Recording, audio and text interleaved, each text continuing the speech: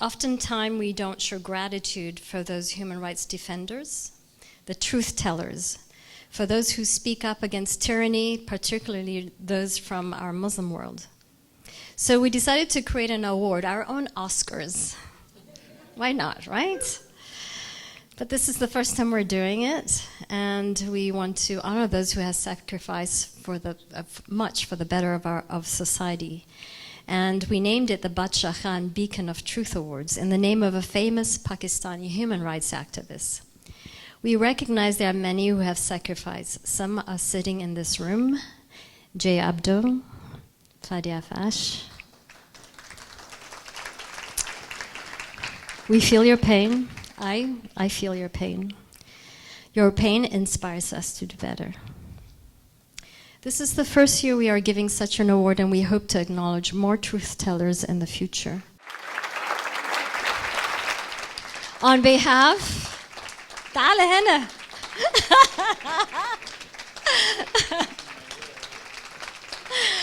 On behalf of that's a halal kiss. On behalf of Muslims for Progressive Values and our Progressive Muslims community worldwide, the Badshah Khan Beacon of Truth Award goes to Bassem Youssef. Thanks so much. I would like to thank the Academy. Are you sure, guys, you want to trust me with something that sharp and heavy? I'm from the Middle East, after all, you know? All right, thank you. Thank you, sir. All right, thank you. This is lovely. Thank you. What's up, non-scary Muslims? How are you? It's nice to be here. I prepared a speech and everything. I have to apologize that I feel like crap. I'm just out of a plane for 16 hours. I just came off a very long flight from Dubai. I just want, before I begin my speech, I just want to comment on a couple of things that I heard tonight. One thing about the honor killing. Honor killing is not just common in Pakistan, it's common in so many Arab and Muslim countries, like, for example, Jordan and Saudi Arabia and a lot of Gulf countries, and even Egypt. And I always found it very fascinating that it's basically a crime that occurs because a man or a group of men decides that the behavior of a certain woman or women is worthy of them being killed, which is crazy that they link their honor to their behavior of women. Because if it was linked to their own behavior, I think they would have killed themselves a long time ago. It doesn't work this way. The other thing is that something that Ani said in the beginning of the night about Islam Bahari being released, and he's being pardoned by President Sisi. Just let's remember who actually put him in jail. It was the same guy. And I just want to mention this because it's the narrative that we all have our problems with fascist Islamic regimes and extreme Muslim regimes, but that should not make us prefer military regimes over them or think they are more secular than Islamic regimes. As a matter of fact, the only reason many of the extreme Islamic practices occurs in many of the countries is because they are enforced by military regimes. Al-Azhar does not have police, it does not have army. It's the military regimes who actually allows this to happen. I just wanted to clarify this in the beginning, and now we can begin my acceptance speech. So how do we start this? Friends, Romans, and soon to be deported Muslims. Thank you so much for having me. It's such an honor. I mean, I moved to LA a couple of months ago, and now I'm having an award.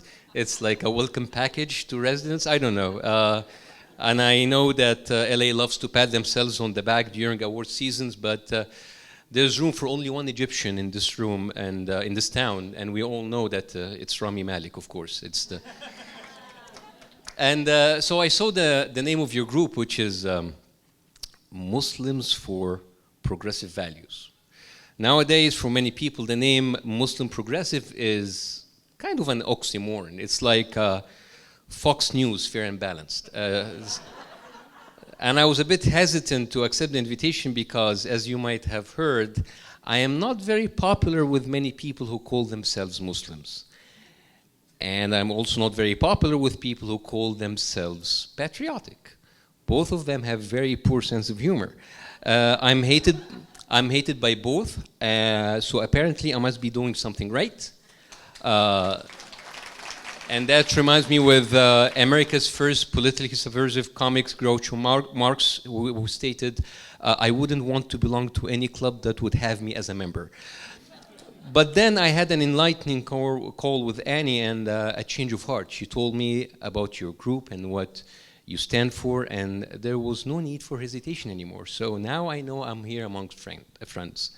Being a Muslim today is hard. We seem to walk around with a chip on our shoulder. But if it's hard being a traditional Muslim, I think it's even harder to be a progressive Muslim. This might sound strange, but the more traditional, conservative, or even extreme Muslim you are, the easier it is for you. The extreme mind is quite simple. They listen to whatever is the most hateful and dehumanizing and regurgitate the information. They dial up every ideology, every emotion, and every perspective up to the max.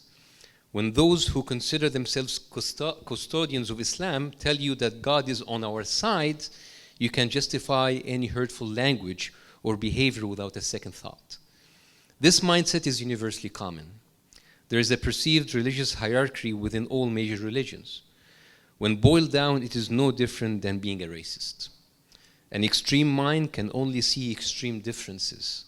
It's zeros or ones. It's all or none. Extremists think that they are better than their fellow humans because they have a certain skin tone or that they belong to a certain religion. People that think that their race is superior are no different than those who think that they are God favorites. Racists, religious fanatics, and ultranationalists have it much easier than the rest of us. Their playbook is simple, clear, and quite stupid. They have no second thoughts, no doubts about their convictions, and no thought process that allows for humanity and compassion to take over. You see, being human is a messy, multifaceted process. You have to pull your head out of your ass long enough to consider how complicating our very existence is. Those people don't do complicated. Then there are people like you, people who have gone through a great deal of trouble trying to overcome centuries of orders, rules, and interpretations that have made Islam what it is today. You are rejecting the notion that a divine message could be filled of hate and anger.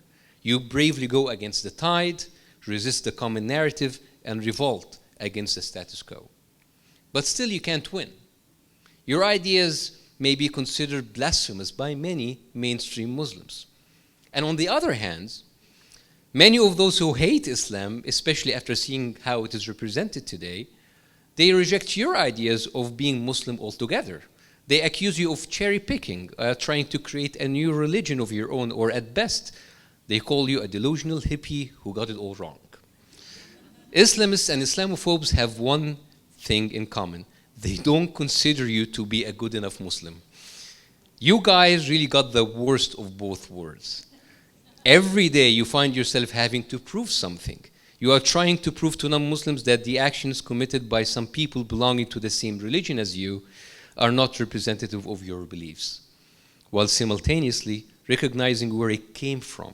You know the roots of this hatred and terrorism. In the morning, you defend yourself against non-Muslims who attack you for being part of the religion. And by lunch, you have already argued with another Muslim who adopts those same interpretations that allows for heinous acts of hatred and terrorism. Both sides accuse you of making up a whole different religion that is neither accepted or validated by either side. You guys are very lonely Muslims.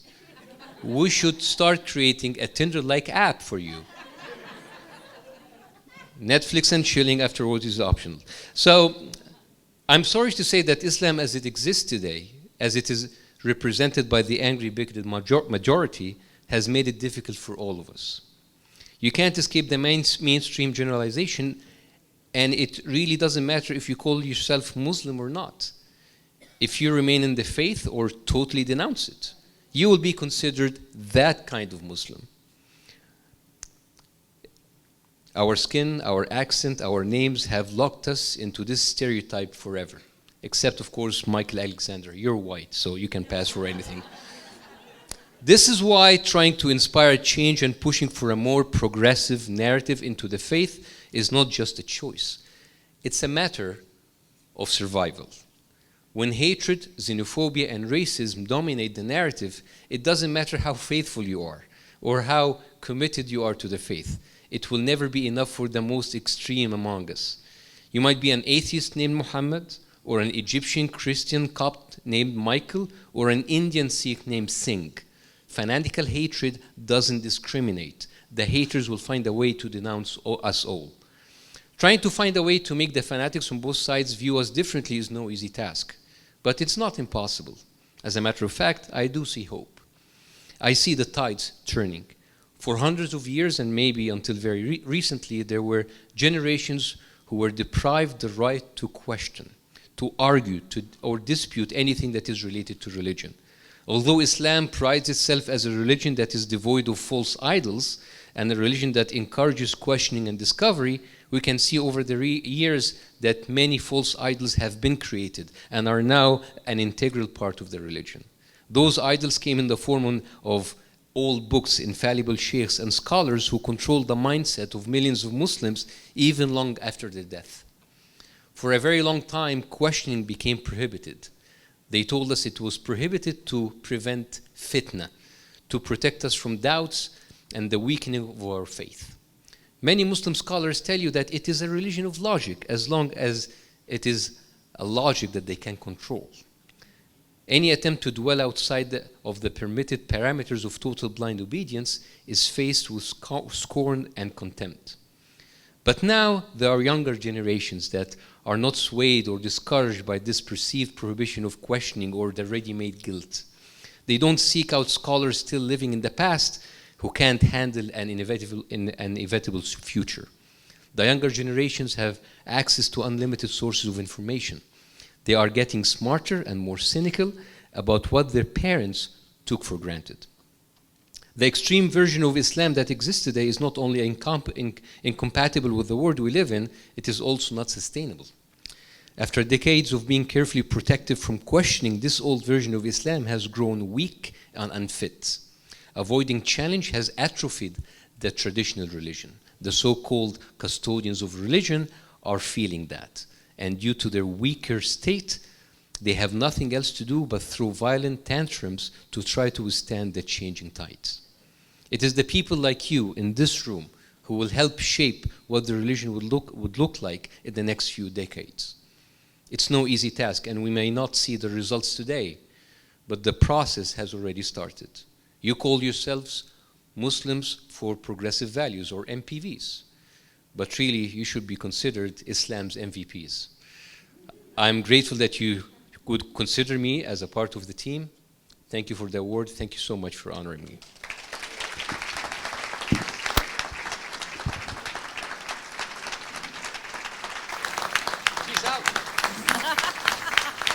Give it up for the one and only Bassem Youssef, everybody. One and only.